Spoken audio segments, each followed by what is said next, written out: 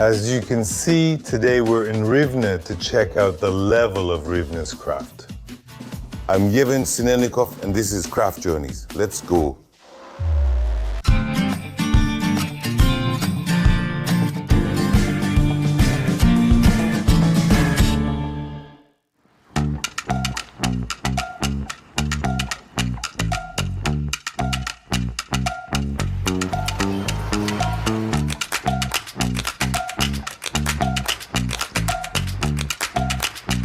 I'm Alexei, I paint my city.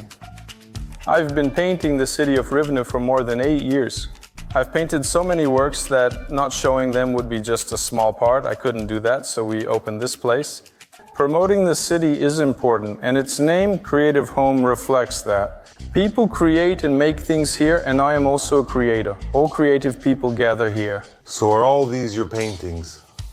These paintings in this style, you can recognize them. Partly on that side, these are all my paintings. It's all the city of Rivne, just from different angles. I, as they say, paint it over and over. My dream isn't final, but as of today, it's to paint a map of Rivne in my own style. So everyone can see their house. The things I've drawn are just like that. The theater, the organ hall, but I look for things that are unique to the city. All our souvenirs are handmade by local artisans. They're small, but the key is they represent Rivne. What you see here is one of the new ones. Here's a t-shirt. I see that this design is everywhere around you. So as the creator, I just didn't come up with it myself. It has always existed, as you understand, but I used it as a basis. Over time, with my help in popularizing it, I would like this form to be associated with the city of Rivne. What a nice little thing. Yeah, it's so cool. These are more than 60 pictures of tourist Rivne region. I've been drawing it for more than 6 years and put it on fabric. Fabric for silk and fabric for bags. Is there an increase in demand specifically among locals? I'm from Rivne. Have they started to feel proud? Yes, that's actually the main goal of this souvenir shop. When we were opening, my friend said, "Oh, Alexei, do we already have tourists coming to Rivne?" My answer was that I'm not opening this place for tourists, but for the people of Rivne, so that they can present their city with good quality to a friend from another city or another country. That's true. The people visit and sometimes tourists stop by alone. Mainly, people from Rivne come here to showcase the beauty and offer souvenirs as mementos. And I see you have a bunch of mugs here. Yes, with different inscriptions of Rivne. Yes, look, I don't focus on just one thing. The shape, well, that's just my suggestion. Each one has its own name. Since 2016, I have worked with the city's brand at the national level. So city branding has been different with both positives and negatives, but I realized that, well, it's not enough. And I decided to do it myself. These inscriptions, which appeared 2 months ago on 13 tablets, totaled exactly 100. Such a nice phrase, exactly 100 inscriptions in various styles. And I popularized the city through different styles so that everyone with their own taste can find something they like. Rivne chess. Chess is interesting. Well, you'll understand yourself. From that uniform, actually, everything is from that. I like simplicity, sort of, and I actually made Rivne chess pieces from the shape of a house. I really love places like this where you come in a coffee shop, you get some coffee, and then you walk around like, oh, this is cool, this is cool, this little thing, it says here, Rivne, color it, cut it out, stick it, and give it as a gift. The point is, if you read all of this, you'll get this little thing. What do you mean? How is that? You mean this? So you can do it from all of this. From all of what? Oh, I see this video line. Of the cut? Of the cut. Trolley buses. Cut off those little straps and you get this. Craft. It doesn't get craftier. When we started selling souvenirs as a separate business, it was slow. For example, I was in Polissia, I walked into a shop, looked at what interested me, because that's what I'm into, checked it out and left. It took 5 or 10 minutes. Well, when you walk into a shop, there's coffee, there are pastries, there's noise, and sometimes it's very quiet. Quiet, nice, calm music, an atmosphere where you want to walk around and look. To take a closer look. And it inspires you. When you come to a coffee shop, you want to have some coffee, and then you see, oh, there are some other things for sale here too. And these locals, that's another bonus, it's awesome. Profit comes from a variety of small sources over time, which is exactly why it works. And how many kilograms? I don't know, we haven't tested it, but definitely over 100. From cardboard, just from cardboard. Now we'll test it. Musik. No, it won't break. No one has broken it. Experiment, please. Sit in this cardboard chair. Quiet. Will it hold? Yes, yes. A quiet little experiment. Oh, the biggest moment is when guests sit on this chair with such caution. It's just like, how can this be? Really? It's comfortable, right? The ergonomics are really good, yeah. It's a normal, comfortable chair. Pretty cool, right? I reacted the same way. Paper, cardboard. Pay attention. If you look closely, there's a table here in this form too. Everything is in this form, the same, even on the chairs with the same cutout. There's a handle on the door. Did you see it? Bicycle parking outside. The chandelier is the same. I cut this shape, the house, into 5 letters, and you'll recognize what it is. These letters are right in front of our establishment. It's also an advertisement, and many children and adults take pictures there, and that's nice. But there's another thing that's relevant today, and it will always be relevant. That's how our letters stood on Independence Day. And when this, if Rivne also represented our Ukrainian coat of arms, well, no words. You don't even fold like that for the sea. Of course. You know, I had a cool thing once when I used to cut out these letters myself, wrap them and coat them, and I had this thought, good thing I don't live in Kropivnitsky. Wow. Yes, these are our craftsmen. Here, besides this, is an etched ostrich egg and paisanki, decorated eggs. This establishment is meant for showcasing such things. I have 6 different ones like this. You're a connoisseur. I have ones like that. Our sweets, all of which are made right behind that wall. Our girls make them there. We have some that are very delicate and refined. For example, I would recommend you try the rooster. You can... I'm looking too. Yes, these are little houses.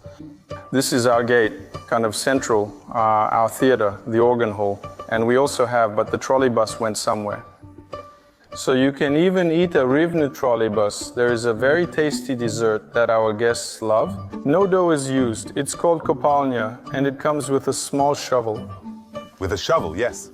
You take the little shovel and you can dig up some amber for yourself and taste it. Is there amber there?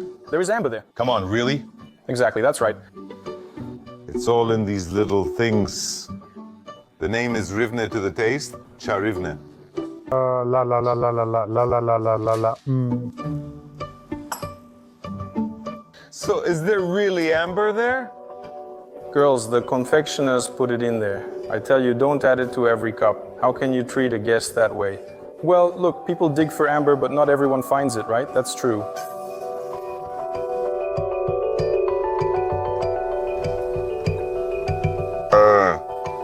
Yo, this is amber at the game. It's so crunchy. Yes, this is Rivne land. Yes, yes. Found it, got it. Here it is. Not white, that's what costs, we have it. Here's a spatula for amateurs, and there is one for professionals. Professionals, right? Look, we have guests who can recognize the taste. We say yes. If they don't recognize it, that's amber.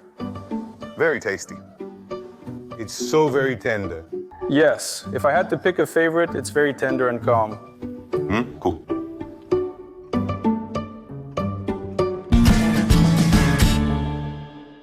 I'm Irina and I make honey candles.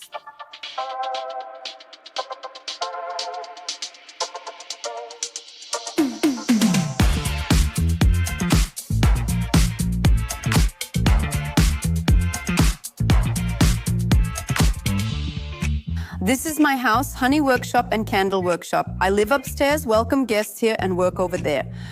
Damn, that's a dream. My home, yes. Well, you could say this is the living room where the table is currently covered with candles, because today we're going to be packing and sending out orders. But here we gather, sing, have tea, hold workshops, and just talk. That's a table for guests, and we work over there. And here is kind of a small exhibition area where you can look at some candles, buy them, smell them, touch them, and experience them. They smell so good. This is a real scent, it's natural. Do honey candles here actually contain honey? The layer that's cut off from the honeycombs, that's called zabrus. It's the most valuable, aromatic and yellow, and also the purest. I use it to make candles. I know that this wax is highly valued for candles, but why? Look, beeswax is something that scientists can't artificially reproduce. How does it smell? It has a unique composition, making it valuable on its own. Plus, it's natural and made by nature. Imagine the bee flying around all season, gathering flowers, processing them, and making wax. The beekeeper took the honey, melted it down, separated the honey and the wax. I just took this wax, and you'll see in the workshop that there are minimal factory interventions here. So this is a completely manual process. And this natural value from nature is passed on to you like this, right into your hands. I didn't study anywhere. There was a lot I didn't know, but the knowledge revealed itself to me in the process. 9 years ago, this idea sparked something in me, and now I burn with it everywhere I go. And how did the business start? Either way, make 1 candle, 2, 1. Okay, just to experiment. That's a really great question because I actually started by selling at the market. Like, I made candles in the kitchen. Those were my first candles. Right at the market, right? So here we have a market, like I would go out with a basket and sell. And before Easter, that's how my business started. I started working at the market. People soon noticed me since they are beautiful. And sometimes in our epicenters and different stores, they would have exhibitions. I went to one, I was invited, then to another one. People started inviting me. So over 9 years, I began traveling. City days were organized in every city. On City Day, there would be a craft fair. And that's how I traveled. And so gradually, when you get tired, you think, no, I don't want to travel anymore. I want people to come to me. Like, that's the motivation in the process. When you are in touch with yourself, that's why the path, step by step, maybe wasn't created so quickly. It took me 9 years, not 1, 2, or 5. And how expensive are they, for example, this one? They cost us 450 Rivne, so now I price them at 500 since they're completely handmade. And a lot of wax? And maybe, well, I don't know how much exactly. Well, yes, it's quite a lot. This candle burns for up to 10 hours. But it's a manual process. We sew in the wicks there, then we pour everything over. It just takes almost a whole day to make it. For example, here's a thin one with a coat of arms. This is a new development now, during the war, right? Last year, I was invited to take part in a really cool project. Ukrainians were promoting Ukrainian brands in the United States while I was doing something for myself. You'll see things like that, pure imagination with candles. It's more than just that. That's a candle? I thought it was a chandelier. We used to make these tiny ones. When it gets warmer, they bend. I dipped something while sitting there and got a coat of arms. I took a picture for the clients, they liked it, and we've been selling them for a year. This is when we dip it into liquid wax, and it depends on the wick. The number of dips controls the candle's diameter. Here, I dip it 4 times. These are the thin ones we use later for coats of arms. They're great for cakes, for birthdays, really, like to use. I was just researching how the wick affects its burning time. And if you choose the right wick, the candle won't drip, but instead it will evaporate nicely. Well, I mean, there won't be any drips.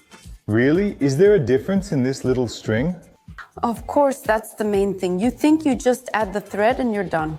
Yeah, I thought the wax was the main thing. If the wick is too thin, it doesn't get enough air to melt and simply goes out. And if I use a really wide wick for a candle like this, I don't know, about half a finger thick, then it'll burn a lot. Let's go take a look at the workshop. Let's go. Cool. I'm not sure, there are a couple here, but I used to take about 5 kilograms at once. When I brought it home, it was so cool that I'd already taken 5 kilograms of wax. When I say I ordered 200, it was just for me, and it's all real beeswax. I'm showing you pure wax straight from the beekeeper.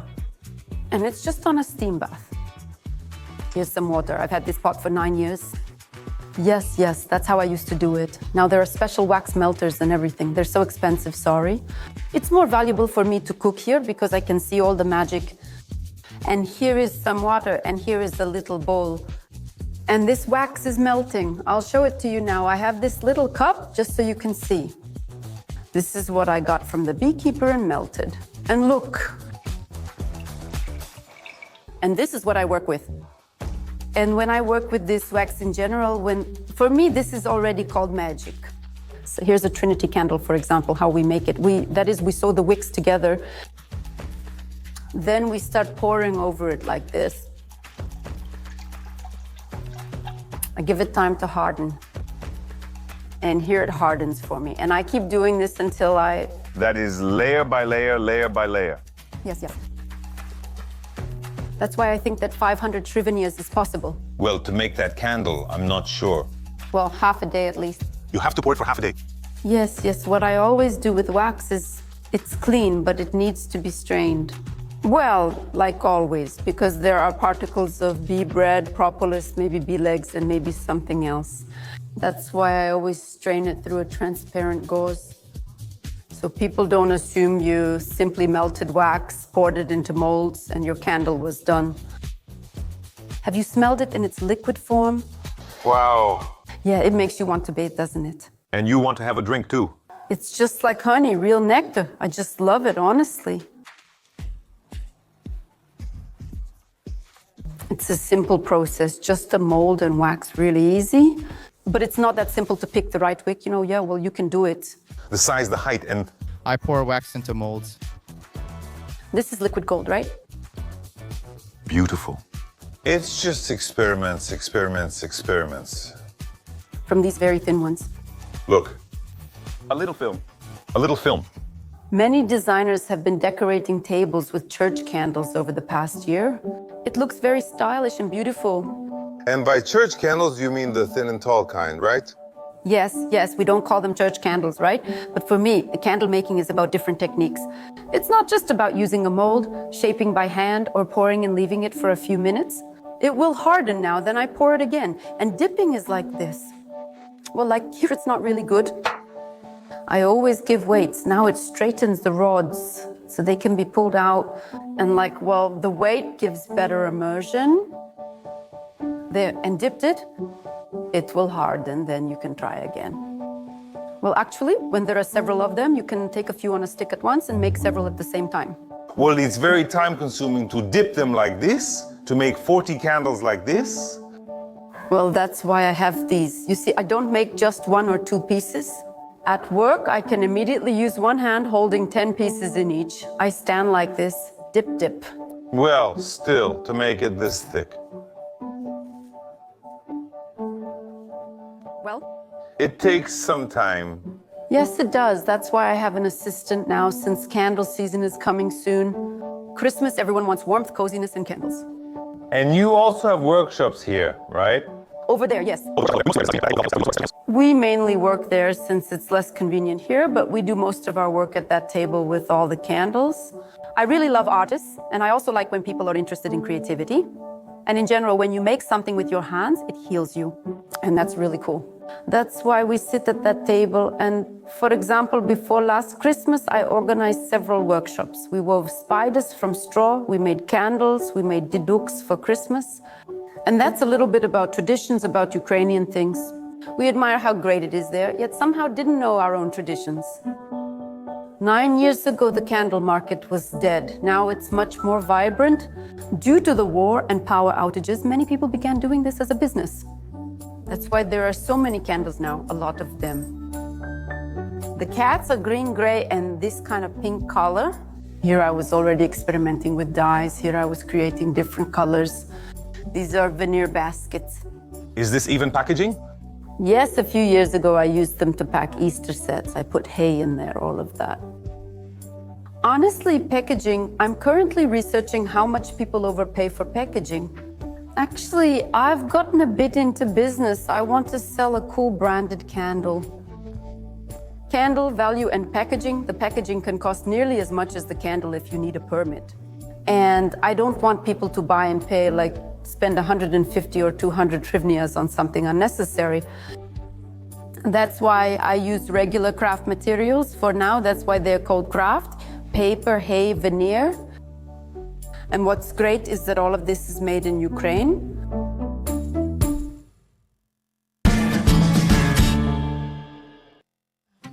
Rivnenski matci karasi. Oh, so that's Polissia cuisine. Let's get acquainted. Matsik. See how clear it is. It's very similar to jamon, but it has... This is the structure of this meat. And there's some kind of aftertaste. I don't know what it is. It's like shrimp. Was my explanation clear? I got the best sausage, the best jamon. They married and had this child. Of course, I never wanted to eat children, but this... Tasty, right? You told the truth. Did you tell the truth? Very much. And does it really taste a bit like seafood? Doesn't it seem like nothing else is in it? It just smells like fish. Wash your hands and the smell will go away.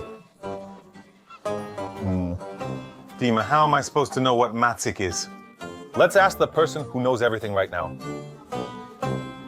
Many Ukrainians don't know what matsik is. It's not jamon. It's not prosciutto. It's a traditional dish from Polissia. Matsik is made a cleaned pig's stomach. The quality of the meat is very important. That is, it has to be only premium selected meat. This stomach is stuffed very tightly. And this meat is not subjected to any heat treatment. Wait, how is that? So it's not cooked? It's not cooked. So it just stays in the stomach? How long does it remain there? It's recommended to eat matsik no earlier than after 3 months. So this is a very old recipe. Now it's called fermentation, curing. It just hung under the eaves. They take it down and cut it. And it ended up on our ancestors' table. I asked my friends from many regions of Ukraine, do you know what matsik is? No, we don't know. We've never even heard of it. Back and forth. I advise you, come and try it. It's a wonderful dish that can compete with prosciutto, with jamon, and so on. It's our local product, and we're proud of it. Come visit Rivnechkina. Before we eat it all, Karasiki. Wow. Interesting. It's really dried, like chips, but sometimes dried fish gets hard. This one isn't hard. It's really crunchy, hard to describe. You have to try it yourself. And you'll have your own impression. But it's tasty, definitely tasty. I wonder how they prepare it. dried crucian carp on straw. Everyone asks where and how you can make this in the oven. Just like our ancestors used to do. The hostess used to cook certain dishes there, I don't know, borscht, some stew, things like that. And then the oven was no longer needed. The coals were raked out, fragrant herbs added, and straw laid down. The prepared fish, sprinkled with spices, was placed on the straw. Because the straw provided a cushion for air circulation, let's say that's how we got these results. So we make it the same way. We cook it in the oven on straw with spices. So basically it's not cured, not dried, you see, it crumbles. It becomes something like fish chips. All the moisture goes away. And the most concentrated flavor stays right here. Once in Polissia, when there was a strict fast and people wanted something tasty, our ancestors even made borscht with this kind of fish. It's very tasty. It's like an ingredient, like a spice, like a separate dish. It's great. I recommend it to you. Very unusual. It's really cool that you can travel to Ukraine and each region has its own unique cuisine. Polissia cuisine is delicious. Delicious, very unlike anything else. Come to Rivne, try it. And give me your feedback. Let me know if you liked it. From my last visit to Rivne, I remembered that there is an alley of forged sculptures in one of the parks. Previously, a Blacksmiths festival was held here. So I couldn't help but visit one of the local craftsmen. I'm Roman, I'm a metal sculptor. People are such creatures. They're used to processing a lot of things or even not processing them at all, just throwing them away. Come on, hurry up, let's do something new. But actually, if some energy has been put into it, then obviously it can either be presented differently or there can be some kind of recycling. To give it new life. And here, there is actually a lot of stuff starting from wood and ending with this camera, for example. It's made from a wine bottle, the bottom, and rusty tin. But for an artist, texture is like skin. It triggers associative perceptions. Some nuts, bolts, and that's actually what the piece is made of. Some military stuff too, right? Yes, well, that was the theme. And what's this? Here's a collection of wine coasters. A gift for someone who would like to get something from Ukraine, but something valuable in terms of art. Those are the three main points. Ukrainian style, right? Here we see chumaki. Chumaki, wings, the head and wings. Eneda. So you take these associative images, you combine them into an object, well, really the composition, everything, to make it consistent, plus the blacksmith's craft and Ukrainian wine. That's it. We have a gift with a touch of something Ukrainian, authentic and modern. I'm interested in how metal will reflect in an unconventional, unusual way so that when people look at it, they don't really understand how it was made. Like, for example, this, how is it like that? Such a swirl. Let me explain. It's kind of like felt. Yeah. Felt means hair from sheep wool, which is twisted together when it's wet. It's the same principle here, only here. With iron. I really like this. I mean, I saw it and thought, cool. Cool. This is a lamp. Here is an experiment with textiles, because I wanted to do something with fabric as well. Basically expanding these combination technologies, right? This is what I do. I try to make something so that it combines as effectively as possible. So this isn't even blacksmithing in the literal sense. There's wood and stone everywhere here. Well, this combination, Yes, that's the key. By the way, I noticed this earlier. Metal by itself is actually pretty boring. As soon as you add a bit of wood or a bit of glass, just a little bit of something, it starts to work together really well. How much does this little ram cost, for example? An art object's price isn't fixed, and it usually takes 5 to 7 days to make. That's only if it's done quickly, between $180 and $250. That's not expensive. It's Not expensive. It really looks like a full-fledged art object. I didn't even think it was a wine stand. These strange creatures were also intended to be wine stands. Well, for me, the form should always impress. Like, wow, it has a horn, it's scary. I put something like this for myself. This is exactly my style. I really like it. These are orchids. They don't grow in soil. They grow in the hollows of trees where rainwater collects. Their way of life is to live without roots in the ground. It seemed interesting to me. If a skull represents death, then flowers symbolize life. Water can fill a skull, and both water and flowers represent life. It's a philosophical idea. There's something in it. This hot rod is cool, really cool. And there's a deep meaning here, and you see something is being born inside in life. This is really mine. I like it a lot. I'll share my impression. I saw it and I wanted to paint a picture for this frame. I haven't painted in a long time, but when I saw it, I thought that the frame itself could to paint something here inside. Not like usual when you paint and then pick a frame, but the frame itself is inspiring. That's really cool, really cool. By the way, there's another one there that's similar, since I was preparing several for an exhibition. And by the way, they would also look really, really interesting with a mirror, for example. Yeah, it would be cool with a mirror. Usually the blacksmith, yeah, sells there. Forged gates. Forged gates, horseshoes, popular items. Well, you know, it has its own buyer, but not everyone will appreciate it. You see all these little things. You see this one, this is art. It's not just iron, it's art. It's quite a difficult task. Nowadays, for an artist to make it to the top is an extremely difficult task. With today's social networks, with everyone competing, with everyone drawing. 100%. It's just an incredibly complicated story. Another commercial thing I do is key holders. They're very useful in the interior. Cool! I thought it was just art, but there's more to it. And functionality too. Yes.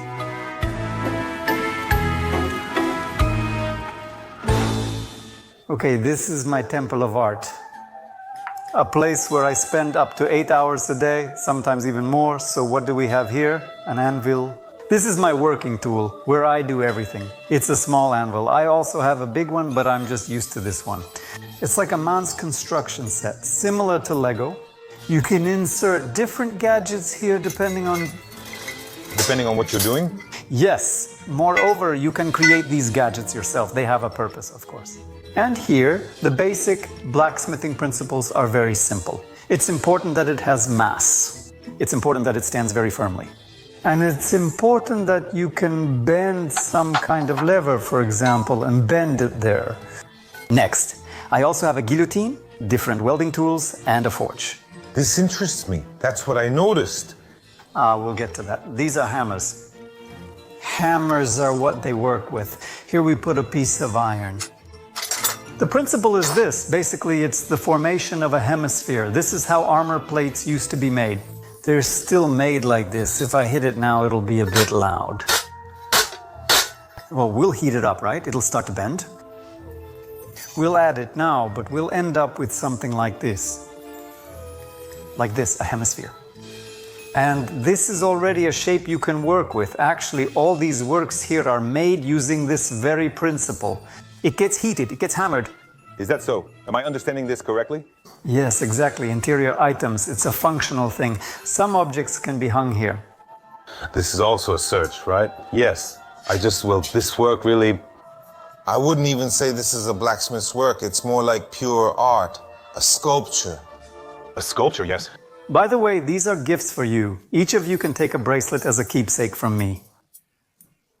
Gifts. No, there's enough for everyone. There's enough for everyone.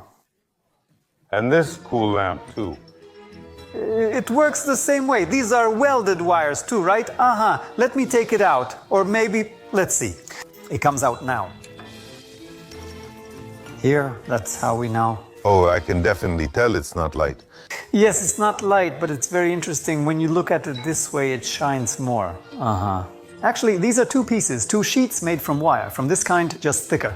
It's about 5 or 6 millimeters.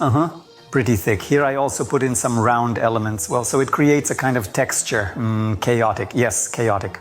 You could even put your favorite ring in here. Ha ha ha. Ha ha ha. Yes. Yes, it would just disappear in there. It's really cool that it's modern.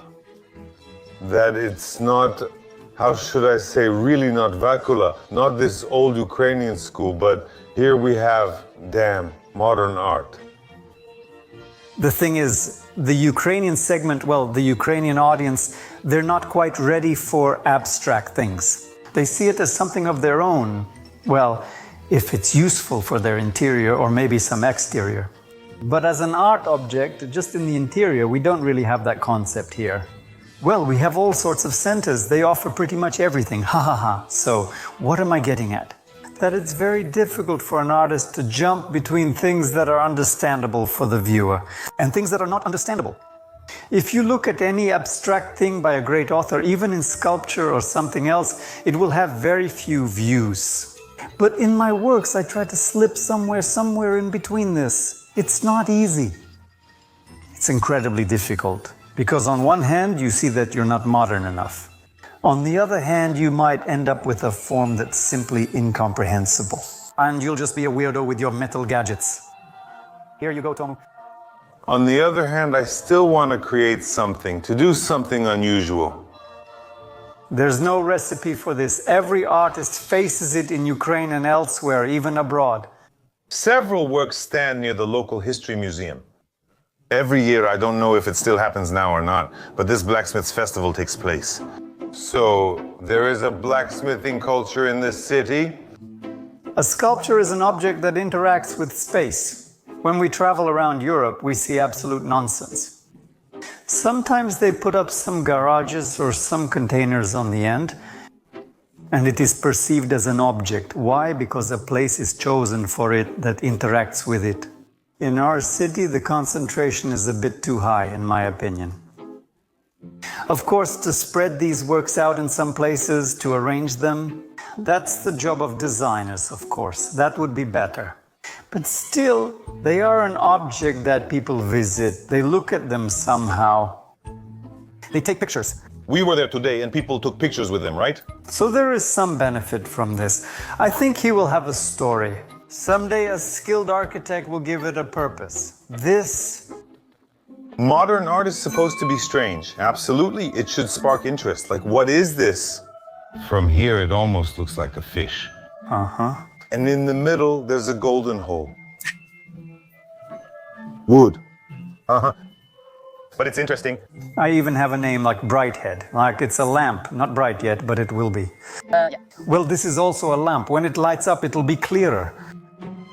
We're on track. We just need one thing. We need patience for a large number of people who, well, are still stuck in the post-Soviet mindset and sometimes don't accept anything modern.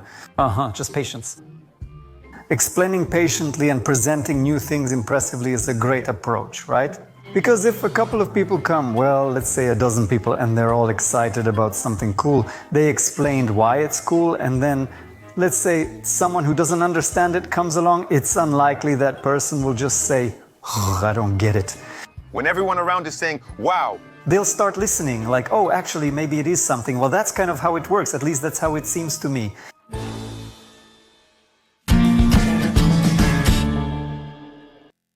I'm Mariska, I do macrame.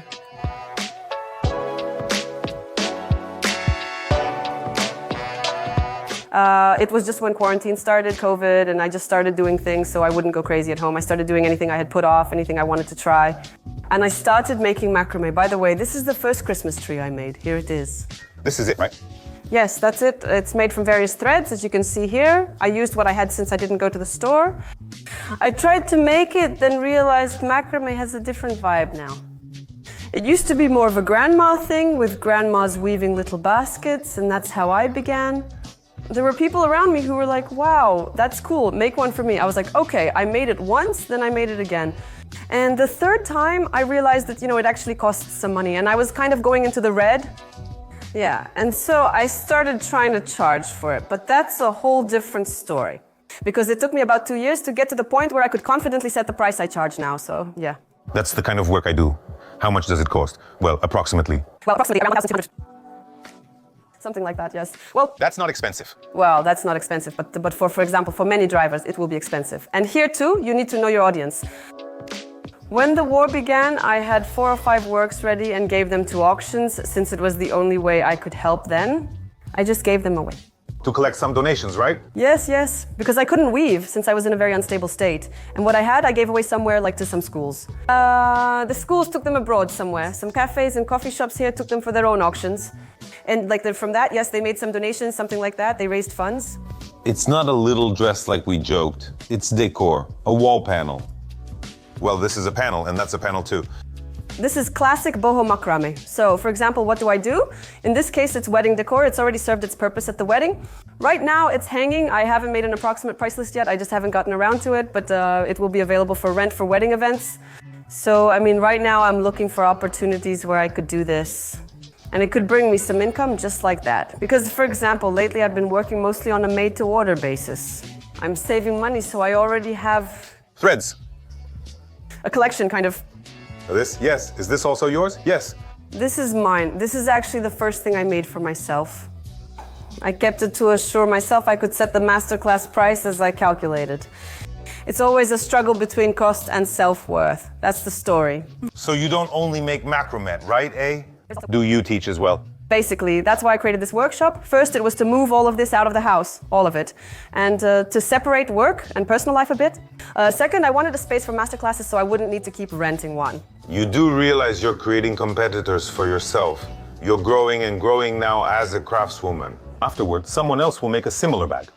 There's the Western market, America, Europe, where there's a lot of material. I never use Russian or Russian language sources, only Ukrainian or English ones. I get ideas from there too. Honestly, in macrame, it's not really competitive. There are so many masters now. There are just so many of them. They make the same things or different things or something super cool or something a little less original. So when you start to take off your blinders and look at what others are doing, you might not want to start doing anything at all, honestly. I'll tell you, yes, there's competition, but I don't see it in the creative world since people still follow others. Do I worry that someone else has the same business or that someone will give a masterclass, for example, with the same bag, and because of that, I won't have a client? No, I don't think so. I believe those who appreciate my teaching or work will come to me too. I asked about the masterclass cost, but you only gave the price. Ah, yes. Well, look, actually the price was 1,200 at Rivne before, you know, for early birds, and then it's 1,500 if you join at the last minute. And the price isn't high, actually. So the family comes, gets everything ready, makes the craft, and leaves with the finished product. And just the bag? Yes, even a simple bag like one made of golden diamantin or whatever it's called costs about that much. The price itself, it's not handmade, it's just a bag. Yes, there is, and if I just want to buy this bag from you. For example, I set the price at 1,700 Rivne. Oh, well, so it's cheaper to learn and make it yourself than... It will be cheaper to do it myself. You know why? Because I spend time not only with you individually, but with all these people in the group. So this time... About how long would it take me to learn this music? Well, you... I'll tell you. No, oh, well, no, you... Let's say if you came to a masterclass in 4 or 5 hours, you would make this bag. You can make this bag in 4 or 5 hours? That's what the girls did. Plus, I always have this principle that I say, I don't know how, I'm just like this. My hands grow from my butt. Leave that behind the door. It's waiting for you. You'll return to that wonderful mess, even after the masterclass, and people relax more afterwards. So far, I haven't had anyone come in and leave dissatisfied or without their creation. And this masterclass cost 1,200? Yes. So you came and... But you subtract the cost of the handles, which are made of pure natural beech, which I bought for the delivery of the thread, which was also woven and sent to me by a Ukrainian manufacturer. And all of this is already divided in half, at least, sometimes even a bit more, plus the work I put in, plus, for example, the tea or coffee that I make. So the price is formed. It comes from everything, from everything. So this price, actually, it could be even higher if I really wanted to make a lot of money. And how much does this thing cost? This is also yours, probably, right? The bag? I just made it. Actually, I should give it to you as a gift if you want it. That's why I really liked it. Come on, it's cool. No problem at all. It's just like going to the store. This is an avoska with a reinforced bottom to prevent things from falling out. There's a small cloth pouch here, so if you need to carry something small, just put it in and you're set. And how much does this thing cost? I'm not sure, maybe around 800. There's no handle here, and just a proper handle costs about 300 Rivne. From this wooden one, right? It seems to me there's now a rising demand for Ukrainian products. Yes, there is. And plus, there's this understanding that actually, no matter how strange or even out of this world it may sound, like somehow disconnected from reality, but art really saves people. The ability to do something with your hands really saves people. I saw it with my own eyes because I worked with internally displaced people and so on. And people really do forget. They calm down so much. They may arrive feeling a certain way, but everything is sorted out and they leave calm and inspired. Well, I mean, it's great. It's great that there's such a tool for self-rescue. That's it. It's quite big. Oh, it's beautiful. There are different shades. There are 3 or 4 shades of gray. I thought a lot about getting that transition just right. So I even used some of the knowledge about colors that I got from the Institute. Well, just a little bit of that. It's really cool and resonates with me. It's very well thought out. And by the way, and you know what's funny? This is actually a bit harder to do than that gray one. Because here you have to comb out each leaf, trim it, arrange it, come up with some method for the glue so it lays properly, and then lacquer it. About how much does this cost? Oh my God, either 4,000 or 3,700, something like that at that time. Well, that was at that time. That's not expensive. If you look at global prices, well, that's really not expensive at all. Even $100 for such a piece of jewelry, well, that's very expensive. Exactly, $100, as you said. But for us, $100 means something different than it does for Americans or Europeans. And how long does it take to make such an order? For example, let's take these leaves right here. I usually need 3 weeks, but it depends. I'll explain. Maybe if I only did this, it would be easier for me to answer this question. Because I said I got up in the morning, worked for 6 hours, kept track, then the next day I worked some more and finished it. For me, I never just do only this. No, okay. Today there's a masterclass, today there are kids, and after that something else. Yes, because I mix things. I can't call any day entirely pure. But for example, I think to myself that if someone told me to do this in a week, I would do it. Well, but it's a week and I earned $100 and spent half of it on materials. Wait, you're going the wrong way. I want to order. Wait, I'll order after that. That's a normal part. It's scary at first because you have nothing to rely on and don't know if it's needed. There are many factors. I'm lucky because this happens a lot. Like, people around me often say, well, are you crazy? You're a lawyer. Who needs those little knots? Yes, yes. So about the question of fears, that's how you overcome them. You look here and there somewhere. I tried it somewhere with my own people where there's less risk, where they won't, I don't know, take something from you there. In a week you could lose your skin 3 times over for sending something. I went out there, tried it and thought, well, okay, basically, I can go for this.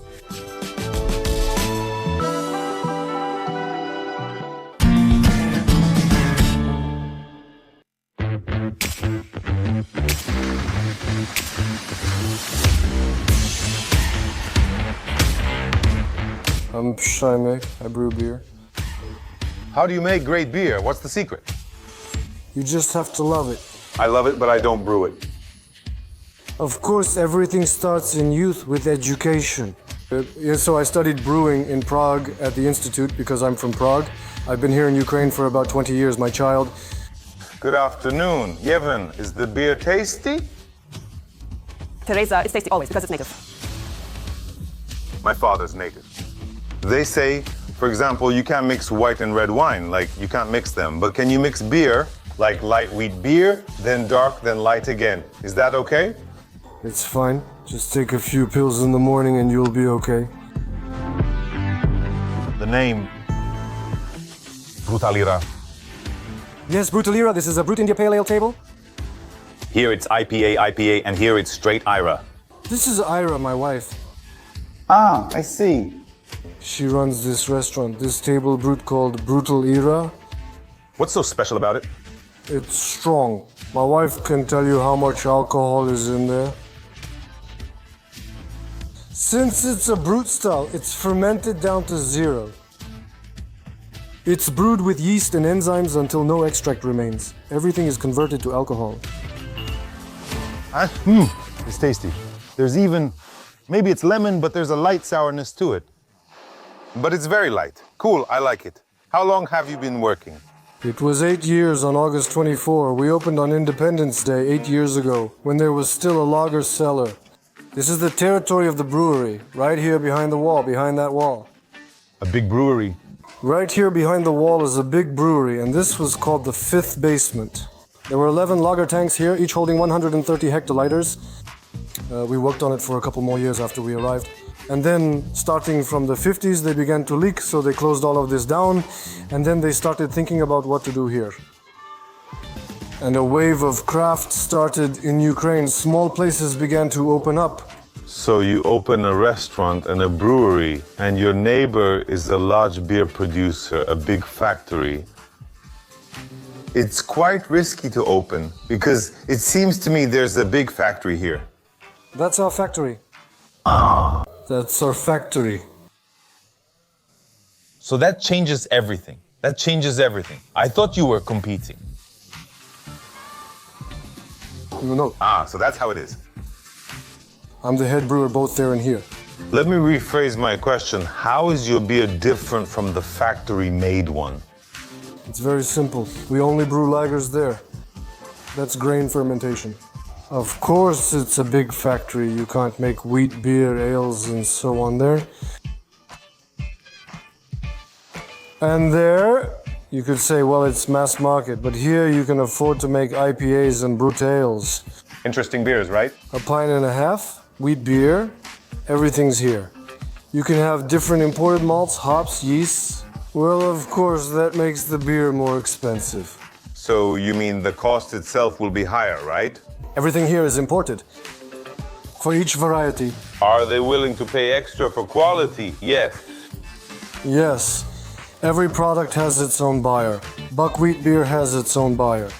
By the way, this year, the second year of the war, the big factory where the cheaper beer is made saw a decline. But at the mini breweries, there wasn't. There wasn't, right? Here, it's selling. Wow. You interesting. Ordinary people who have money, they don't limit themselves even during the war. Well, I mean, for something tasty, they're still willing. Let's go see how it is there. Let's go. Yeah, you see, here the brewing of Czech beer is somehow coming to an end. You see how nicely it's boiling? Wow, it's really boiling. Well, yeah, it's boiling. That's how beer is brewed. It's odd that beer is brewed by boiling. how difficult is it to make tasty beer? For example, I learned some recipe. Like you told me an interesting recipe. I got everything ready, cleaned it all, and brewed it according to the recipe. Will I get beer? Or is there still a hidden pitfall? There are a lot, right? It's not just about brewing. You brew it and you get some kind of broth. You need to ferment it to a specific percentage and measure the extract. You must know all this. Depending on the result you get, then you have to decide whether to remove the yeast or not. At what temperature to transfer it, then it finishes fermenting under pressure. Hops can still explode during fermentation. There are many other details. It's not just about brewing the wort, that's all. That's what's on top. This is the beer brewing now. It will be here on tap in about, not in the morning, but in 2 months. Our Czech Pilsner matures for 60 days at least. It ferments all those days. Here we can come into the open vats. We use the classic technology. It's just open. Yes, this is how it ferments. You can take a look, just don't cough here. Yeah. Right now, yesterday's batch is in there. Yesterday we brewed a Pilsner and it's already started fermenting. And it will ferment here for about 7 days and then we transfer it for further conditioning into horizontal tanks, where it finishes fermenting at a temperature of 2 degrees. Under pressure, it saturates with carbon dioxide and ferments for at least 60 days. These tanks behind the wall are already on the brewery's property. Aha, I see. How much beer do you brew? In this canton, by volume. There is little here. This is like a toy, about 10,000 liters per month. Oh, well, that's nothing at all. 10,000 liters per month. No, we're filming right now. And I ask everyone, and they all say that since this war began, Ukrainians have started to value their own. They started tasting their own drinks, eating their own food, and taking an interest in their own history. Yes. We've always had our own homemade stuff here. We brew it here, our people make it, we pay taxes here to the city. We've always been a Ukrainian producer. That means I drank Bavarian Weissbier or Czech Pilsner. It's a type of beer, but it's brewed here. Brewed here. So I think it's a Ukrainian product. All right, well, Brutaleira. Nice. It's strong, but you don't feel it. And there's a little bitterness. Very tasty, very tasty. We're going straight like this. There's a kind of service reverse here. Thank you. Very cool. Yeah. Yeah, it looks like there are 2 small ones standing there. I don't know whether to call them tanks or what to call them, those big pots. So that's the cooking thing. You dismiss small things until you come in here and realize otherwise. These are small, I see, since this is a big factory. I see there's Pils, India Pale Ale, Belgian, Weissbier, and wheat beer over there. Also here.